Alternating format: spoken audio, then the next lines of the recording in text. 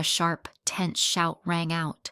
A dry, piercing hiss followed, the sound of a taser being discharged, and then a 78-year-old man collapsed onto the crosswalk, his white cane slipping from his hand, clattering coldly against the pavement. The guide dog beside him howled in distress, panicked, unable to comprehend what was happening to the man it had loyally protected for nearly a decade. He was just trying to cross the street. The pedestrian signal had permitted him. He couldn't see, but he clearly heard the familiar sound, the prolonged beeping meant for the blind. He walked slowly but confidently, trusting his aging yet intelligent guide dog and the rhythmic tapping of the cane in his hand. But he never expected that right in the heart of the city, on an ordinary morning, he would become the target of an attack by the very people who were supposed to protect him. They didn't see the white cane, didn't recognize the vest on the guide dog. All they saw was an old man moving slowly across the road, and they thought he was obstructing traffic. Just a few seconds, one wrong decision, one taser shot, and an entire life was thrown onto the pavement under the horrified gaze of bystanders. If you believe that those who sacrificed their sight for this country deserve protection, not pain, then keep listening. Because what happened next, you'll never forget.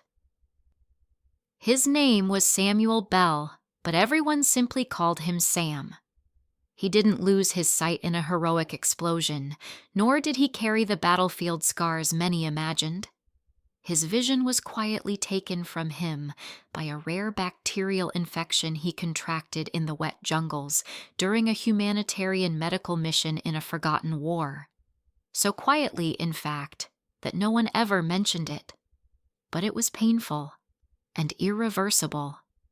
When darkness became his lifelong companion, Sam never complained. He learned to live through his hearing, his sense of touch, and above all, through Guide, his old black dog with eyes that seemed to understand the world. For years, Guide had been his eyes, his rhythm, and the friend who never left. Sam lived alone in a modest apartment. Each day of his was arranged with the discipline of a soldier, waking at the same time, walking with Guide, visiting the Veterans Center, listening to audiobooks, and every Wednesday, going to the public library to read stories to children with his warm, seasoned voice. He never begged for sympathy, not once, because he was proud of having survived, of having served, and of having overcome darkness not through light, but through will. What's tragic is that the very place he believed was his country, the place that should have been the safest, turned out to be where he fell. Not because his legs gave way, but because of a gaze distorted by ignorance, prejudice, and apathy.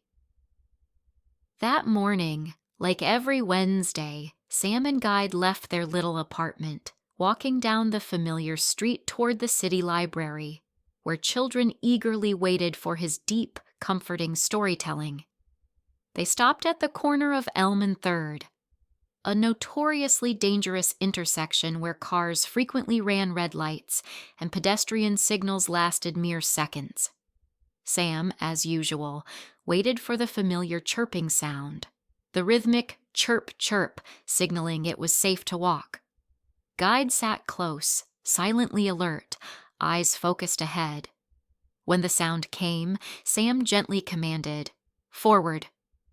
They stepped onto the white lines, steady step by steady step, his cane tapping the ground like a drum keeping time with life. Across the street, 2 young officers, Miller and Davis, had just finished their break, sitting bored in their patrol car, restless, perhaps hoping something, anything, would break the monotony. And then they saw Sam crossing the street. "What the hell is that old guy doing?" Miller scoffed. "Probably drunk or on something. Davis added confidently, as if labeling people by first glance had become second nature. They didn't see the white cane, didn't read the tag on Guide's vest, didn't hear the still active chirping signal. They only saw an old man walking slowly and assumed he was a threat.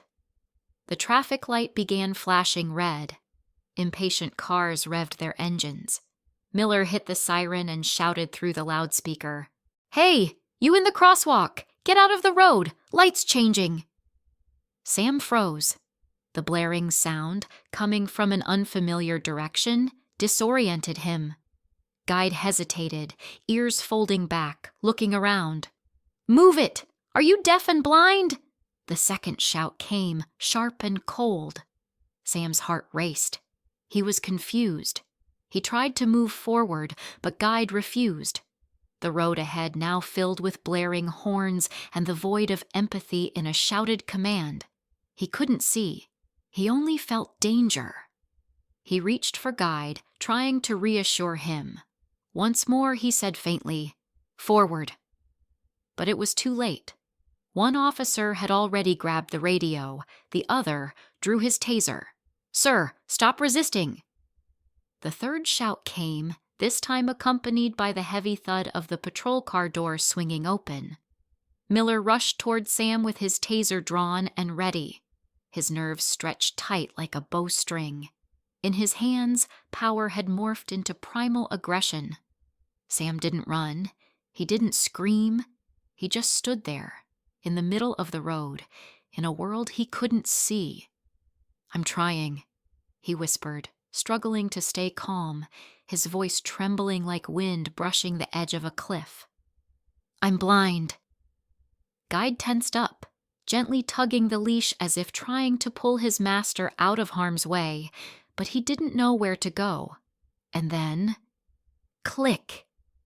The dry snap of the taser discharged, a sound never meant for the elderly, let alone a blind veteran. 2 prongs sank into Sam's back. 50,000 volts of electricity surged through his frail, aging body. A raw, involuntary cry burst from his lips, pain and fear in one broken sound. His legs gave way. He collapsed onto the crosswalk, the very lines he had faithfully crossed for years. His white cane flew from his hand and rolled under a parked car nearby. Guide howled, a piercing, gut-wrenching cry that tore through the noise of the street. He circled Sam, nudging his face with his nose, whining, trying desperately to wake him up. And in those few fleeting seconds, eyes began to turn. A woman screamed, "He's blind! Can't you see that? He has a guide dog!" Phones lit up. Mouths dropped open.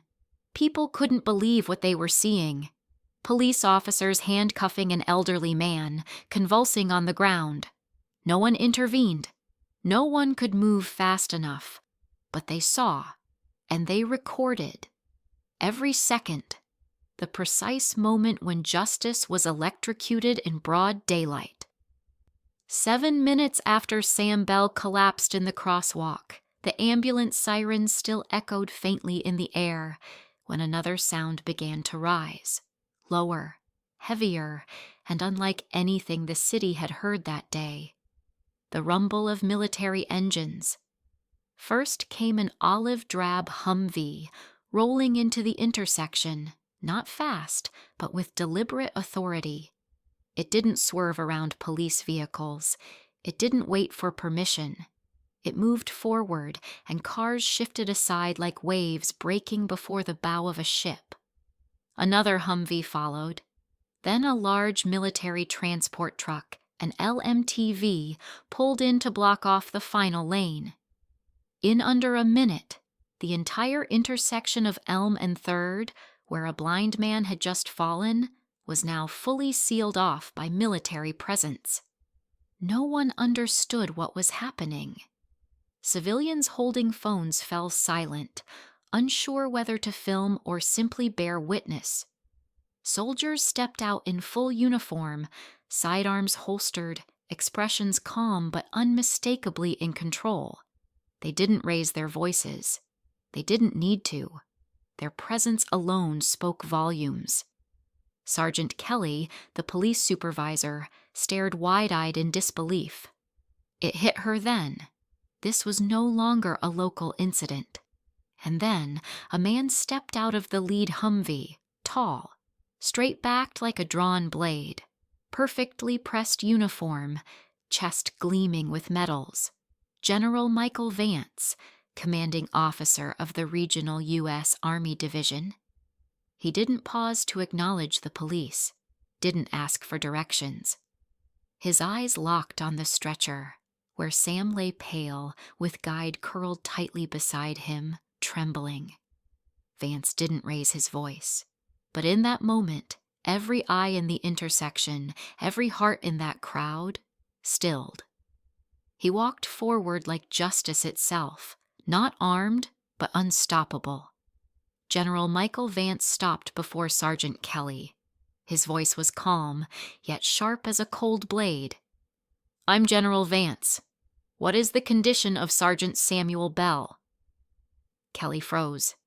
She'd led hundreds of responses, but never faced someone like this, a man who carried the weight of both command and quiet righteousness. "Sir, Mr. Bell is conscious, en route to the hospital. It appears he was tased by one of my officers during a pedestrian stop, while crossing the street." Vance's gaze swept past her to Miller and Davis, frozen like statues, his eyes colder than steel. "Tased." He repeated it softly, but everyone shivered. For what crime? For walking? With a guide dog? Kelly lowered her head. No excuses. It may have been a grave miss. "Sir!" Vance turned fully to face the officers. "Did you see the white cane? Did you recognize the guide dog? Did you realize he was blind? Did either of you offer assistance before escalating?" Miller stuttered. Davis couldn't speak. Vance stepped forward. His voice dropped to a near whisper, yet every word landed like a gavel. "That man is a retired Army sergeant. He served in jungles so remote you wouldn't find them on a map. He lost his sight for this country, for you, and today you treated him as a threat." He turned back to Kelly. "Sergeant, I'm requesting a full internal investigation and parallel action from the Department of Justice Civil Rights Division. My office will monitor both." Then to his aide, "Call the mayor and chief of police. I want them at the hospital within the hour. It's time we had a serious talk about how this city treats the very people who gave everything for it." No one moved. No one dared speak. Only the ambulance siren remained, slow, steady, as if the city itself was bowing its head. A week after the incident, once Sam Bell had recovered enough to sit up, he was invited to speak at a public press conference organized by the city, a historic moment where a blind veteran stood before hundreds, with Guide by his side and General Vance behind him. The media packed the hall. But when Sam entered, white cane tapping with steady rhythm on the polished floor, no one said a word. Not out of pity, but out of respect. He didn't read a speech. He simply spoke, hoarsely, but with a voice that rang through every seat. "I once learned to walk through darkness to protect the freedom of this country, but there is no darkness more terrifying than being made invisible by your own people. That day, I was seen as an obstacle, a burden, a threat. But today, I stand here, not to demand justice for myself, but to say this. From this day on, no one should have to fall like I did in the middle of a street, with no one to protect them. Because if a society cannot see those who sacrificed for it, then maybe it is that society that has gone blind." The entire room rose. No one had to be told. General Vance stepped forward and raised his hand in a formal military salute. Hundreds of veterans in civilian clothes followed, a silent sea of hands, pledging, "Sam Bell will never walk alone again." And that photograph, Sam standing at center stage, left hand holding his cane, right hand resting on Guide's head, with a wall of saluting veterans behind him, spread across the nation. One image, one moment, one reckoning. From that day on, it was no longer called the tasing of a blind man. It became known as the day justice wore a uniform and saw the man the world had ignored.